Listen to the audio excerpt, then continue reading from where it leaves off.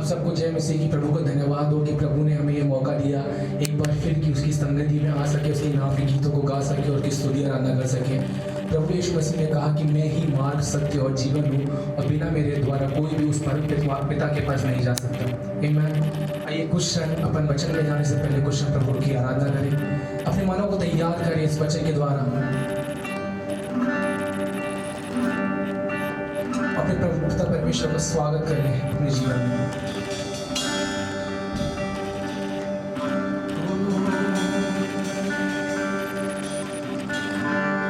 मैं तुझसे प्रेम करता हूँ प्रभु। Jesus, we love you.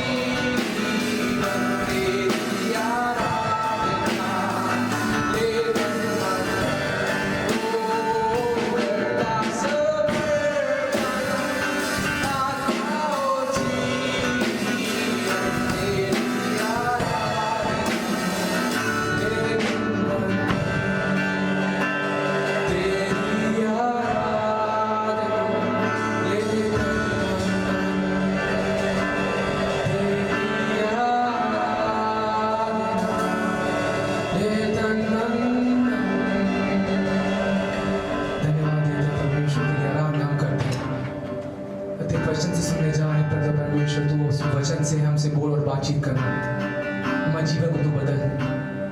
हमने जीवन जैसे हैं तेरे सम्मुख में आते हैं, सारी आदर में मैं तुझे देते हैं। छोटी जिंदगी प्रभु यीशु मसीह के नाम से मांगते हैं, सुनो ग्रहण करते था।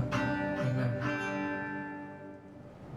യേശു ക്രിസ്തുവിന്റെ ധന്യനാമത്തിൽ ഞങ്ങളെ ശ്രവിക്കുന്ന എല്ലാ മാന്യ ശ്രോതാക്കൾക്കും വന്ദനങ്ങളെ അറിയിക്കുന്നു।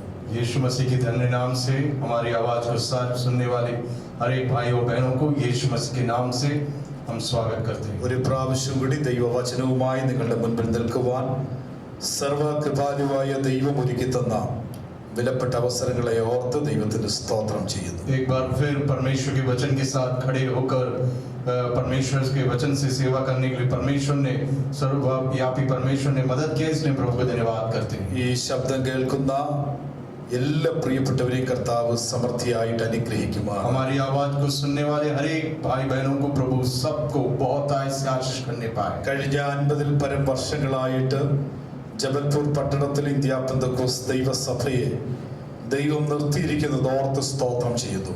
बीते 50 साल से ऊपर परमेश्वर ने इस जबलपुर के शहर में आईपीसी चर्च को खड़े किया, इसलिए प्रभु को धन्यवाद करते हैं। 1969-ൽ 4 പേരാൽ ആരംഭിച്ച ഈ സഭയെ ദൈവം ഇത്രത്തോളം വളർത്തിയതോർത്ത് അനുഗ്രഹിച്ചതോർത്ത് ദൈവത്തിന് നന്ദി അർപ്പിക്കുന്നു। परमेश्वर को मैं धन्यवाद करता हूँ इस कलीसिया को, विशेष रूप से इस कलीसिया 1969 में 4 विश्वासियों के द्वारा शुरू किया है जो कलीसिया परमेश्वर ने यहाँ तक लाया, इसलिए मैं प्रभु को धन्यवाद करता हूँ। കഴിഞ്ഞ 10-ാം തീയതി ഈ സഭയുടെ പ്രവർത്തകരിൽ ഒരാളായ കർത്താവിന്റെ ദാസൻ CK തോമസ് അങ്കിള് ഈ ലോകത്തിൽ നിന്ന് താൻ പ്രിയം വെച്ച നാട്ടിലേക്ക് ചേർക്കപ്പെടുവാനിടയായി തീർന്നല്ലോ। बीते दिनों में इस कलीसिया से जुड़े हमारे चर्च के सदस्य CK थॉमस अंकल जो है पिछले दिनों में 10 तारीख को परम प्रभु में वो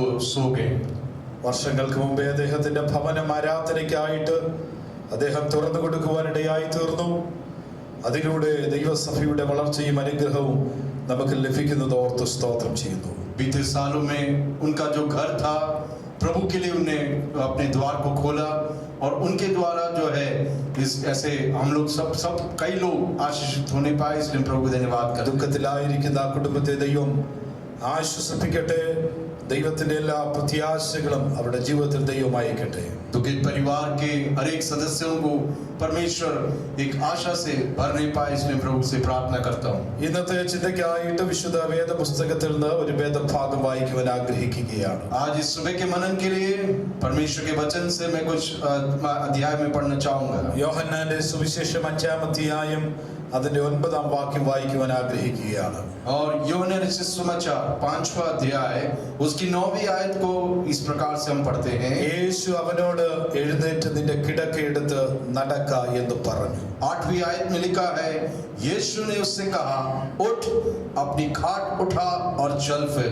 യോഹന്നാന്റെ സുവിശേഷം വളരെ അനുഗ്രഹിക്കപ്പെട്ട സുവിശേഷമാണ്। यूहन्ना रचित सुसमाचार बहुत ही एक आशीषित सुसमाचार है। യേശു ക്രിസ്തു ദൈവപുത്രൻ എന്ന് തെളിയിക്കുന്ന സുവിശേഷമാണ് യോഹന്നാന്റെ സുവിശേഷം। यीशु मसीह परमेश्वर जो है परमेश्वर का पुत्र है करके यहाँ पे जो है बता रहा है। യോഹന്നാന്റെ സുവിശേഷം 5-ാം അധ്യായത്തിന്റെ 1 മുതൽ 18 വരെയുള്ള വേദഭാഗങ്ങൾ നാം വായിക്കുമ്പോൾ 38 വർഷമായിട്ട് രോഗാവസ്ഥയിലായിരിക്കുന്ന ഒരു വ്യക്തിയെ കർത്താവ് സൗഖ്യമാക്കുന്നതും അതിനോടനുബന്ധിച്ച സംഭവങ്ങളുമാണ്।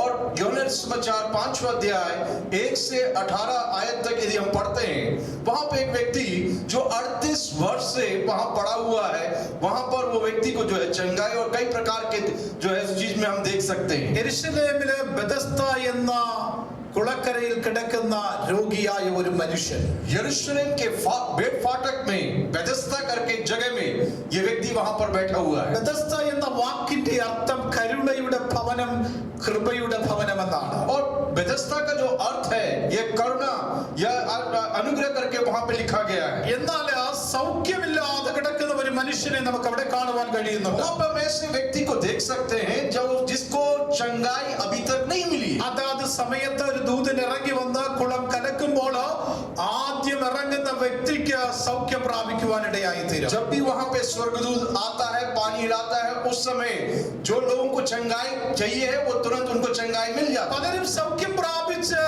ആമേൻ കടന്നു പോകുവാനിടയായി തീരും. कई लोगों को चंगाई तो जरूर मिली और वहां से चंगाई प्राप्त करके चले गए। എന്നാൽ കരുണയുടെ ഭവനത്തിൽ ഒരു കരുണയും ലഭിക്കാതെ കിടക്കുന്ന ഒരു മനുഷ്യനെ നമുക്ക് കാണുവാൻ परंतु കഴിയും. जहां पे करुणा नहीं मिल रही, जिस घर में, वहां पर एक करुणा दिख रही हम देख सकते हैं। ലോകത്തിൽ പലർക്കും കരുണ ലഭിച്ചിട്ടും और संसार में कई लोगों को करुणा मिलने के बाद भी കരുണ ലഭിക്കാതെ കിടക്കുന്ന വ്യക്തികൾക്ക് കർത്താവ് കരുണ കാണിക്കുവാനിടയായി തീരും. और जिस घर में कोई करुणा नहीं दिख पा रही है, वहां पर यीशु मसीह आकर वहां पे करुणा दिखा रहा है। 38 വർഷമായിട്ട് താൻ രോഗാവസ്ഥയിലൂടെ കടന്നു പോകുകയാണ്. करीब 38 वर्ष से ये व्यक्ति जो है बीमार से जा रहा है। തന്റെ മുന്നിലൂടെ അനേക പ്രിയപ്പെട്ടവർ സൗഖ്യം പ്രാപിച്ച് തങ്ങളുടെ ഭവനങ്ങളിലേക്ക് കടന്നുപോയി. उसके सामने कई लोग जो है चंगाई को प्राप्त करके वहां से अपने घर में चले गए। പല പ്രാവശ്യം സൗഖ്യത്തിനായിട്ട് കുളക്കരയിൽ വരെ അവൻ എത്തി. और कई बार चंगाई प्राप्त करने के लिए वो वहां पे नजदीक तक गया वो पानी। എന്നാൽ അവന് മുമ്പേ പലരും അവനെ ആ കുളത്തിൽ ഇറങ്ങുകയാണ്. वो उस पानी में उससे पहले कई लोग वहां पर चंगाई को प्राप्त करके चले गए। തന്റെ പ്രതീക്ഷ കൈവിടാതെ ആ കുളക്കരയിൽ കിടക്കുകയാണ്. उसकी सारी आशा जो है वहां पर खत्म नहीं किया, वहां पर उस पानी के किनारे वहां बैठा हुआ है। തന്റെ പ്രതീക്ഷ കൈവിടാതെ വീണ്ടും അവിടെ കിടക്കുകയാണ്. उसकी आशा वो छोड़ा नहीं, वहां पर फिर भी उस जगह में वो बैठा है। ഇന്ന് രാവിലെ ഈ സമയം നമുക്ക് അതിൽ നിന്നൊരു ദൂത് അവൻ മനസ്സിലാക്കുവാൻ കഴിയും. आज सुबह के वक्त में उस वचन से एक दूध है। അവൻ നമ്മുടെ ചുറ്റുപാടും പലരും സൗഖ്യം പ്രാപിച്ചിട്ടോ हमारे अड़ोस पड़ोस में कई लोग चंगाई को तो प्राप्त किए, നമുക്ക് സൗഖ്യം ലഭിച്ചില്ലെങ്കിൽ यदि हमको चंगाई नहीं मिली है तो നമ്മുടെ പ്രതീക്ഷ കൈവിടാതെ നാം ആയിരിക്കുകയാണെങ്കിൽ അരുമനാഥനായ യേശു അവൻ പ്രത്യാശയുമായി നമ്മുടെ അടുക്കലേക്ക് കടന്നു വരും. और यदि हम अपनी आशा को नहीं छोड़ेंगे तो एक परमेश्वर है जो हमारे पास आता है। യേശു അവിടേക്ക് കടന്നു വരികയാണ്. यीशु मसीह उसके पास आ रहा है। അവനോട് ചോദിക്കുകയാണ്, നിനക്ക് സൗഖ്യമാകുവാൻ മനസ്സുണ്ടോ? उसके पास आकर पूछता है, क्या तू चंगाई होना चाहता है? യേശുവിനോട് അവൻ പറയുന്ന ഉത്തരം ഇപ്രകാരമാണ്, यीशु मसीह के पास आकर वो इस प्रकार से उत्तर देता है। യജമാനനെ, വെള്ളം കലങ്ങുമ്പോൾ എന്നെ കുളത്തിൽ ഇറക്കുവാൻ എനിക്ക് ആരുമില്ല.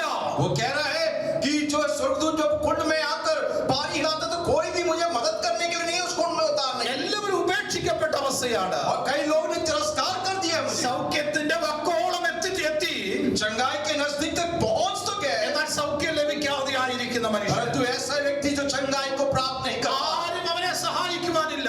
कोई भी उसको मदद करने के लिए नहीं है प्रियो। ആരും സഹായമില്ലാത്തവർക്ക് യേശു സഹായകനാണ്. जिसका कोई भी मदद करने के लिए कोई भी नहीं है, उसके लिए वो यीशु मसीह है जो मदद करने। ഈ രാവിലെ സമയം നാം അതൊന്ന് ചിന്തിക്കുകയാണെങ്കിൽ यदि आज सुबह के वक्त में यदि हम उस चीज में मनन करते हैं, ആരെല്ലാം ഉണ്ടെന്ന് പറഞ്ഞാലോ कोई भी क्यों ना हो हमारे साथ क्यों न हो, യേശു ചെയ്യുന്നത് പോലെ ചെയ്യുവാൻ അവർക്കാർക്കും കഴിയുകയില്ല. यीशु मसीह जैसा करता है वो कोई भी दूसरा व्यक्ति कर नहीं सकता। നമുക്ക് ആരെല്ലാം ഉണ്ടെന്ന് പറഞ്ഞാലോ हमारे साथ कोई भी क्यों ना हो, हम യേശു കർത്താവ് നമ്മുടെ ജീവിതത്തിൽ ചെയ്യുന്നത് പോലെ जैसा यीशु मसीह हमारे साथ करता है, നമ്മുടെ ജീവിതത്തിൽ ചെയ്യുവാൻ മറ്റാർക്കും കഴിയുകയില്ല. हमारे जीवन में जैसा यीशु मसीह करता है वैसे कोई नहीं कर सकता। യേശു അവനോട് ചോദിക്കുകയാണ്, നിനക്ക് സൗഖ്യമാകുവാൻ മനസ്സുണ്ടോ? यीशु मसीह पूछता है, क्या तू चंगा होना चाहता है?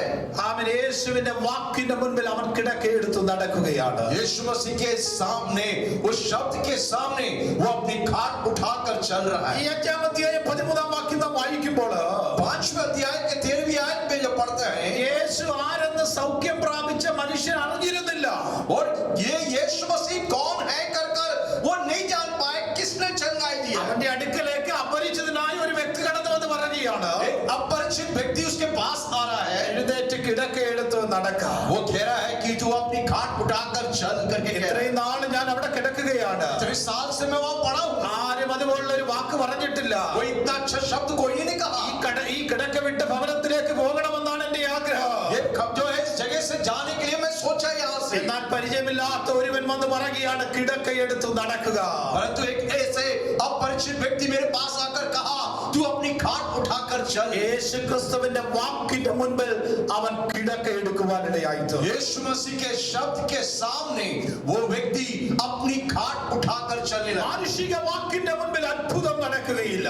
मानुषिक शब्द के सामने कभी भी चंगाई को प्राप्त नहीं कर सकता। എന്നാൽ സർവശക്തനായ യേശുവിന്റെ വാക്കിന്റെ മുൻപിൽ നമ്മുടെ ജീവിതത്തിൽ അത്ഭുതം നടക്കും. सर्वशक्तिमान परमेश्वर के शब्द के सामने चंगाई जरूर है. യേശുവാണോ കൽപ്പിക്കുന്നത്? यदि यीशु मसीह ने कहा है तो അവന്റെ വാക്കിന് ശക്തിയുണ്ട്. उसके शब्द के सामने एक सामर्थ है. ആമേൻ. പരിചയമില്ലാത്ത വ്യക്തി യേശുവിന്റെ വാക്കിന്റെ മുൻപിൽ, ആ വാക്കിന്റെ ശക്തിയുടെ മുൻപിൽ കിടക്ക ചുരുട്ടി അവൻ എഴുന്നേൽക്കുകയാണ്. ऐसा व्यक्ति जो अपरिचित व्यक्ति के सामने वो शब्द उसने जैसे कहा तो वो अपनी खाट उठाकर चलने लगा. പകൽക്കാലം നമുക്ക് വിശ്വസിക്കാം.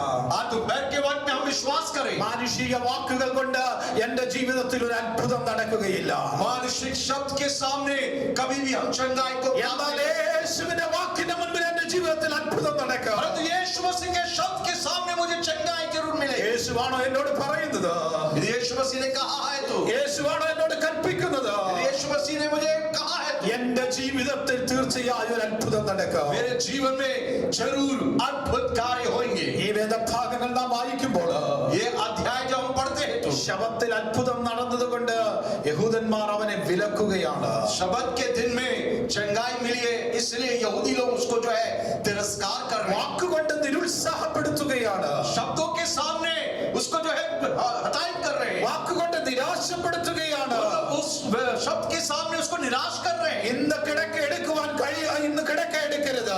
आज खाट मत उठाना കാരണം ഇന്ന് ശബത്താണ്. क्योंकि आज जो है शबत का दिन है. അതുകൊണ്ട് ഇന്ന് കിടക്ക എടുക്കരുത്. इसलिए आज खाट मत उठाना. എന്നാൽ അവരുടെ നടുവില് യേശുവിന്റെ വാക്ക് ശ്രദ്ധിച്ച യേശുവിന്റെ വാക്ക് വിശ്വസിച്ച ആ മനുഷ്യൻ കിടക്ക എടുക്കുകയാണ്. वो यीशु मसीह के शब्द के सामने उस पे जो अनुशासन करता है वो अपनी खाट उठाकर चलने लगा. യേശു കർത്താവിന്റെ വാക്കിന് ശക്തിയുണ്ട്.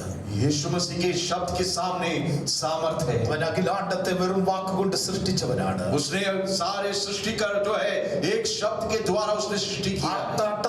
തട്ടഹസിക്കുന്ന തിരമാലയെ ശാന്തമാക്കിയവനാണ്. और वो जो है आंधी तूफान को उसने डांटकर शांत किया. പെരുവെള്ളത്തെ രണ്ടായി വിഭാഗിച്ചവനാണ്. उसने पानी को दो भाग किया. അവന്റെ വാക്കിന് ശക്തിയുണ്ട്. उसके शब्द के सामने सामर्थ है. കർത്താവ് അവനെ സൗഖ്യമാക്കി. यीशु मसीह ने उसको जो है चंगाई दिया. കർത്താവ് അവനെ സൗഖ്യമാക്കിയപ്പോൾ जब उसने यीशु मसीह ने उसको चंगाई किया അവന്റെ ജീവിതം എങ്ങനെയായി തീർന്നു? उसका जीवन कैसा हो गया? ഒന്ന്, കർത്താവിനെ അവൻ അനുസരിക്കുന്നവനായി തീർന്നു. पहले यीशु मसीह के जो है उसके पीछे हो लिया उसने. യഹൂദന്മാർ വിലക്കുകയാണ്, കിടക്ക എടുക്കരുത്, കിടക്ക എടുക്കരുത്. यहूदी ने कहा कि तो अपनी खाट नहीं उठाना എന്നാൽ അവൻ യേശുവിന്റെ വാക്കിന്റെ മുൻപിൽ കിടക്ക പൊക്കി परंतु यीशु मसीह के शब्द के सामने वो अपनी खाट को उठा रहा है. അവന് പറയുവാനുള്ളത് उसको कहने के लिए एक बात है. എഴുതി വച്ച നിയമങ്ങൾക്ക് എന്നെ സൗഖ്യമാക്കുവാൻ കഴിയാതിരുന്നപ്പോൾ, और नियम जो लिखा था और नियम जिसने मुझे चंगाई नहीं दिया, നിയമത്തിന്റെ ദാതാവ് എന്റെ അടുക്കൽ വന്ന് പറയുകയാണ്, കിടക്കയെടുത്ത് നടക്കാം. जिसने ये नियम लिखा है वो व्यक्ति मेरे पास आकर कहा तू अपनी खाट उठाकर चल. കർത്താവാണോ നമ്മോട് കൽപ്പിക്കുന്നത്? क्या यीशु मसीह ने यदि हमसे कुछ कहा है അത് तो പൂർണ്ണമായി അനുസരിക്കുകയാണെങ്കിൽ हम पूरी रीति से उस पर जो चलते हैं കർത്താവിന്റെ അത്ഭുതം നമ്മുടെ കുടുംബത്തിൽ വെളിപ്പെടുവാനിടയായി. हमारे परिवार में वो अद्भुत कार्य जरूर होंगे. കർത്താവ് പറയുന്നത് നാം ചെയ്യുവാനിടയായി തീരണം. जैसे यीशु मसीह कहता है तो हम उसके उस हिसाब से करने के लिए तैयार होना ഈ चाहिए. 5-ാം അധ്യായത്തിന്റെ 14-ാം വാക്യം നാം വായിക്കുമ്പോൾ 5 के 14 में हम पढ़ते हैं അവിടെ എഴുതിയിരിക്കുന്ന, അനന്തരം യേശു അവനെ ദേവാലയത്തിൽ വെച്ച് കണ്ടു. इन बातों के बाद वो यीशु को मंदिर में मिला. അവനോട് യേശു പറയുന്നത്, यीशु ने इस प्रकार से कहा ആമേ ഇനി പാപം ചെയ്യരുത്. अब तू पाप नहीं करना. ആമേ സ്വതന്ത്രം. ആമേ 12-ാം വാക്യത്തിൽ വായിക്കുന്ന, അനന്തരം യേശു അവനെ ദേവാലയത്തിൽ വെച്ച് കണ്ടു. और वो वहां पर हम देखते हैं यीशु जो है उसको मंदिर में मिला. ആമേ സ്വതന്ത്രം. ആ സൗഖ്യം പ്രാപിച്ച മനുഷ്യനെ വീണ്ടും കാണുന്നത് ദേവാലയത്തിലാണ്. और जो इस व्यक्ति को जो चंगाई मिली है वो व्यक्ति को जो है वहां पे मंदिर में यीशु मसीह देखता है. യേശുവിലൂടെ സൗഖ്യം പ്രാപിച്ച മനുഷ്യൻ ദൈവത്തിന് നന്ദി അർപ്പിക്കുവാൻ ദേവാലയത്തിലേക്ക് കടന്നു വരികയാണ്. जिस यीशु से उसने चंगाई को प्राप्त किया है वो व्यक्ति सीधा जो है मंदिर में मिला. ദൈവം നമ്മുടെ ജീവിതത്തിൽ നന്മകൾ ചെയ്യുമ്പോൾ, जब प्रभु हमारे जीवन में आशीष करता है, ദൈവം നമ്മുടെ ജീവിതത്തിൽ വിടുതൽ ചെയ്യുമ്പോൾ, जब प्रभु हमारे जीवन में चंगाई देता है ആമേൻ, നന്ദിയോട് നന്മകൾ ഓർത്ത് അവനെ ആരാധിക്കുന്നവരായി തീരും. हम जो है धन्यवाद के साथ उसको स्मरण करते हुए हम आराधना करना चाहिए. 16-ാം സങ്കീർത്തനം 12-ാം വാക്യത്തിൽ എന്താണ് വായിക്കുന്നത്? भजन संहिता 116 के 12 में क्या पढ़ते हैं? യഹോവ എനിക്ക് ചെയ്ത സകല ഉപകാരങ്ങൾക്ക് ഞാൻ അവന് എന്ത് പകരം കൊടുക്കും? यहोवा ने मेरे जितने उपकार किए हैं उसके बदले में क्या दूंगा? ഞാൻ രക്ഷയുടെ ഭാരവാഹി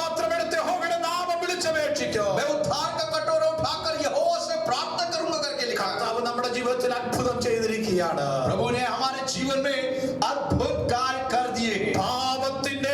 പാപത്തിന്റെ ശാപത്തിന്റെ ശക്തിയിൽ നിന്ന് അവൻ നമ്മെ വിടുവിക്കുവാനിടയായി തീർന്നു. और पाप से और श्राप से प्रभु ने हमें छुड़ा दिया है। കാൽവരി ക്രൂശിൽ അവൻ നമുക്ക് വേണ്ടി മരിച്ച് നമ്മുടെ പാപം മാറ്റുവാനിടയായി തീർന്നു, നമ്മുടെ ശാപം മാറ്റുവാനിടയായി. कलवरी क्रूस के ऊपर चढ़कर उसने हमारे पाप को, हमारे श्राप को उसने हटा दिया है। ഓരോ ദിവസവും നന്ദിയുള്ളവരായി അവനെ നാം ആരാധിക്കണം.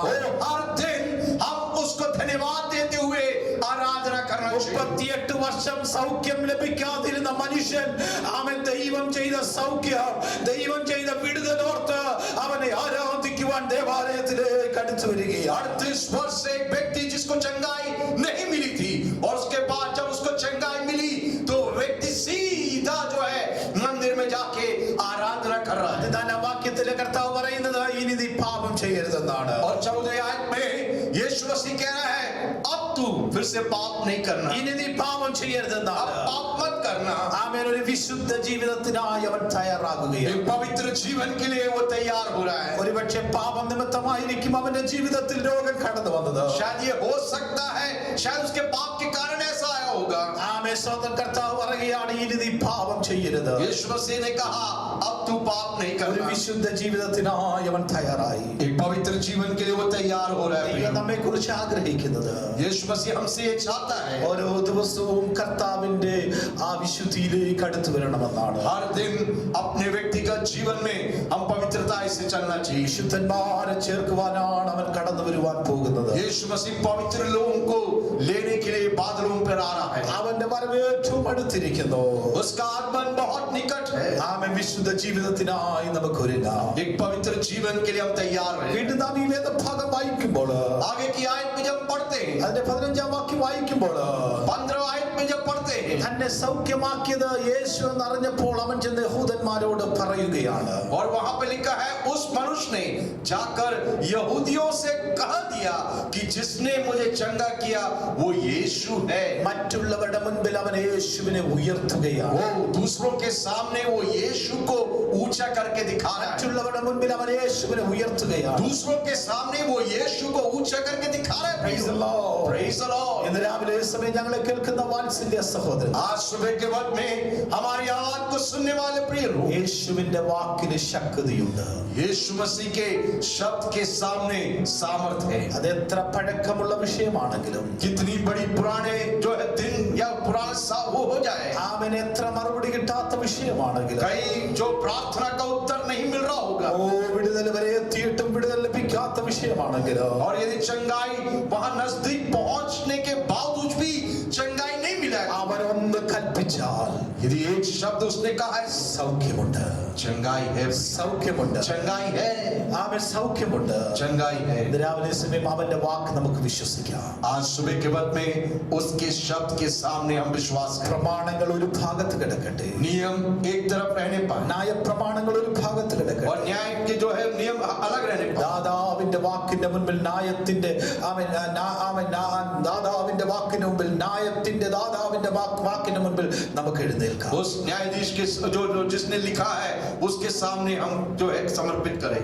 അവന്റെ വാക്ക് നമുക്ക് അനുസരിക്കാം. उसके शब्द को हम जो है समर्पित करें, അവന് നന്ദി അർപ്പിക്കാം. उसको धन्यवाद दें, വിശുദ്ധ ജീവിതം നയിക്കാം. एक पवित्र जीवन व्यतीत करें, അവനെ നമുക്ക് ഉയർത്താം. उसके नाम को ऊंचा करें। അവന്റെ വരവ് ഏറ്റവും അടുത്തിരിക്കുന്നു. उसका आगमन बहुत निकट है प्रिय। കണ്ണുകളെ അടയ്ക്കാൻ പ്രാർത്ഥിക്കാം. आइए अपनी आंखों को बंद करें। സ്വർഗ്ഗസ്ഥനായ പിതാവേ, ഈ നല്ല വചനത്തിനായി സ്തോത്രം ചെയ്യുന്നു. सर्वशक्तिमान पिता परमेश्वर इस अच्छे वचन के लिए धन्यवाद करें। ഞങ്ങളുടെ ജീവിതത്തിൽ കർത്താവേ ചില വിടുതലുകൾ ആവശ്യമാണ്. प्रभु हमारे व्यक्तिगत जीवन में एक चंगाई चाहिए प्रभु। യേശുവേ, നീ ഒരു വിടുതൽ അയക്കണമേ. प्रभु आप एक चंगाई भेजिए, ജനത്തിനൊരു വിടുതൽ അയക്കണമേ. लोगों को चंगाई करिए प्रभु। അങ്ങേ പൂർണ്ണമായി അനുസരിച്ച് അങ്ങേ ആരാധിച്ച് വിശുദ്ധിയോടുകൂടി അങ്ങേ ഉയർത്തി അങ്ങയുടെ വരവിനായി ഞങ്ങളെ ഇവിടുന്ന് ഒരുക്കണമെന്നും പ്രാർത്ഥന. प्रभु आपको पूरी रीति से जानकर एक पवित्रता जीवन व्यतीत कर कर आपके आगमन के लिए हम तैयार रहने वाले। വചനം കേൾക്കുന്ന എല്ലാവരെയും കർത്താവ് അനുഗ്രഹിച്ചാൽ जितने लोग ये वचन सुने उन सबको आशीष करिए യേശു ക്രിസ്തുവിൻ നാമത്തിൽ തന്നെ.